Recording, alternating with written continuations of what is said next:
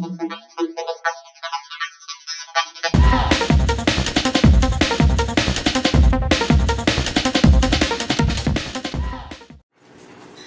Friends, welcome to Ushni Shaldar blog.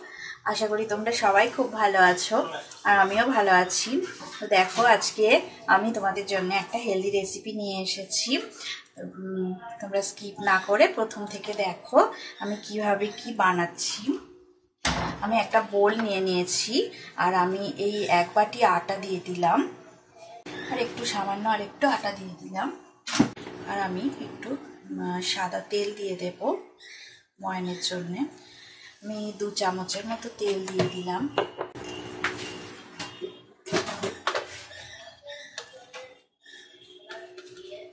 আর খুব সামান্য একটু নুন দিয়ে দিলাম।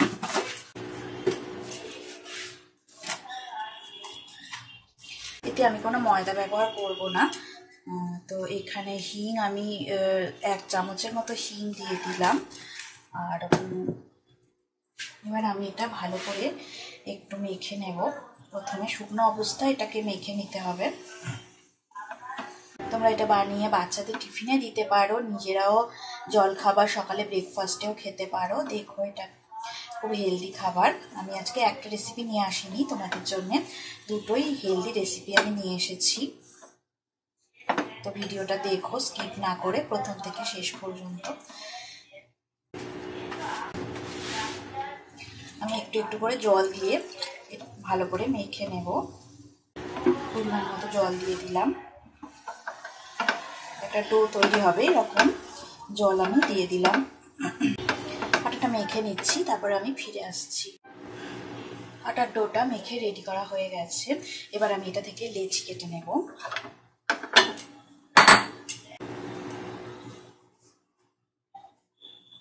এভাবে পরোটার মতন আমি গোল গোল করে লেচি কেটে নিচ্ছি। প্রত্যেকটা লেচি এভাবে আমি করে নেব। সব লেচিগুলো করা হয়ে গেছে, পরোটার লেচি।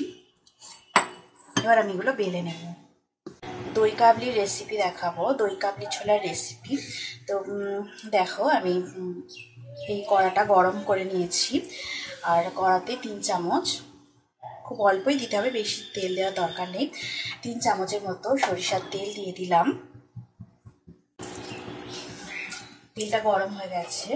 আমি 1 চামচ গোটা জিরে ফোড়ন দিয়ে দিলাম।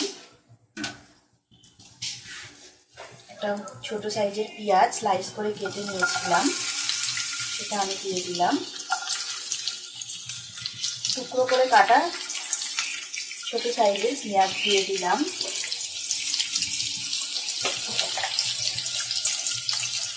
এবার আমি পরিমাণ মতো হলুদ গুঁড়ো দিয়ে দিলাম।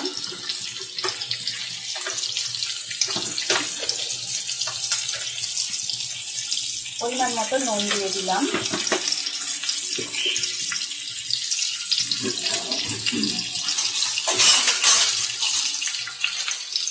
এবার এটা ভালো করে আমি নাড়াচাড়া করে নেব। নুনটা একটু কমই দিয়েছি, কারণ কাবলি ছোলা সিদ্ধ করার সময় আমি একটু নুন দিয়ে সেটা সিদ্ধ করেছিলাম।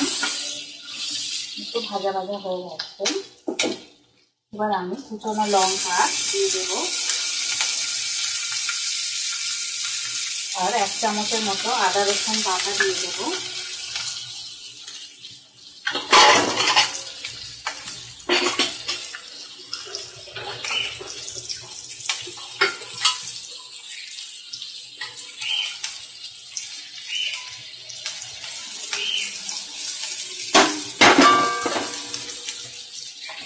ভালো করে মশলাগুলো আমি কষিয়ে নেব। ফ্লেমটা মিডিয়ামে রেখেই করতে হবে রান্নাটা। মশলাগুলো কষানো হয়ে গেছে। এবার আমি 2 চামচের মতো দই নিয়েছিলাম, টক দই। এটা 2 চামচ টক দই আমি দিয়ে ভালো করে আমি কষিয়ে নেব।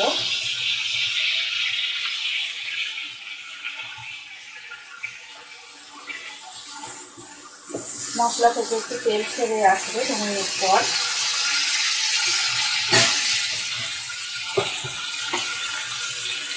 তখন আমি কাবলি ছোলাগুলো দিয়ে দেবো। আর সকালবেলা আমি এটা দুটো সিটি দিয়ে প্রেসার কুকারে সিদ্ধ করে নিয়েছি। সামান্য একটু নুন দিয়েছিলাম। এটা খুব ভালো হেলদি একটা খাবার। টক দই দিয়ে কাবলি ছোলাটা আমি বানালাম। এটাকে আমি মিডিয়ামে করে রেখে দিলাম। উপর থেকে কুচানো টমেটো দিয়ে দিলাম। ছোট সাইজের টমেটো দিলেই হবে। মশলাটা একদম কষে গেছে। এবার আমি একটু জল দিয়ে দেবো। হাফ কাপের মতো জল দিয়ে দিলাম। 2 মিনিটের জন্য একটু ঢাকা দিয়ে ফ্লেমটাকে লো করে রাখলাম। 2 মিনিট হয়ে গেছে। এবার আমি ঢাকাটা খুলে নেব। গুঁড়ো গরম মশলা সামান্য আমি উপর থেকে ছড়িয়ে দেবো। হাফ চামচের মতো চিনি দিয়ে দিলাম। যারা মিষ্টি পছন্দ করে না তারা চিনিটাকে স্কিপ করে যাবে। রান্নাটা রেডি হয়ে গেছে। এবার গ্যাসের ফ্লেমটাকে আমি অফ করে দিলাম। এবার আমি উপর থেকে সামান্য ধনেপাতা কুচিয়ে আমি রেখেছিলাম, উপর থেকে আমি এটা ছড়িয়ে দেব।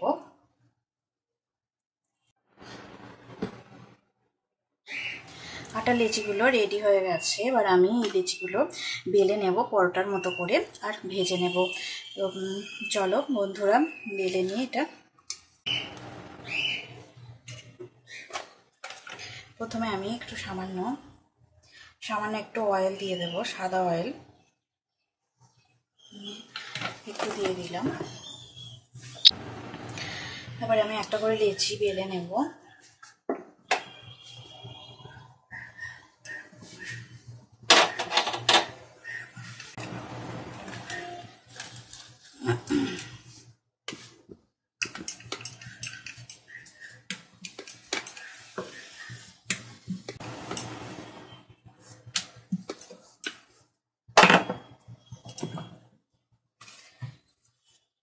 সামান্য একটু বেলে নিয়ে ওপর থেকে আমি একটু হিং দিয়ে দেব। হিংটা দিয়ে ভালো করে এটা মাখিয়ে নেব। আমি একটাই তোমাদেরকে দেখাচ্ছি করে। তারপর আমি পরোটার মতো এটা এইভাবে ভাঁজ করে নেব।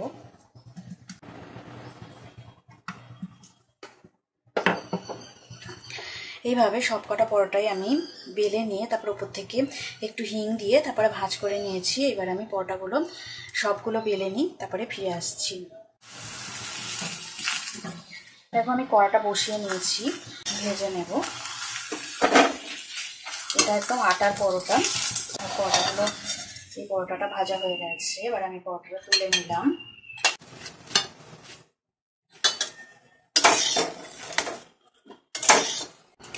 দেখো এবার আমি রান্নাটা সার্ভ করে দিলাম। দেখো রেডি হয়ে গেল আমার পরোটা। দই কাবলি, হিঙের পরোটা দই কাবলি রেডি হয়ে গেল। এটাই আজকে আমাদের সকালের ব্রেকফাস্ট। দুটো রেসিপি যদি ভালো লেগে থাকে অবশ্যই লাইক দেবে, শেয়ার করবে আর কমেন্ট করে জানাবে আমাকে তোমাদের ঠিক কেমন লাগলো। আর তোমরা সবাই ভালো থেকো, সুস্থ থেকো, আমার চ্যানেলে অবশ্যই থাকবে। আর এইভাবে আমাকে ভালোবেসে যেও আর ভালো ভালো কমেন্ট করে আমাকে উৎসাহ দাও, তাহলে আমি আরও নতুন নতুন রেসিপি তোমাদেরকে উপহার দিতে পারবো। আজকের মতো টাটা। নেক্সট ভিডিওতে আবার অন্য কোনো নতুন রেসিপি নিয়ে তোমাদের সাথে দেখা হবে।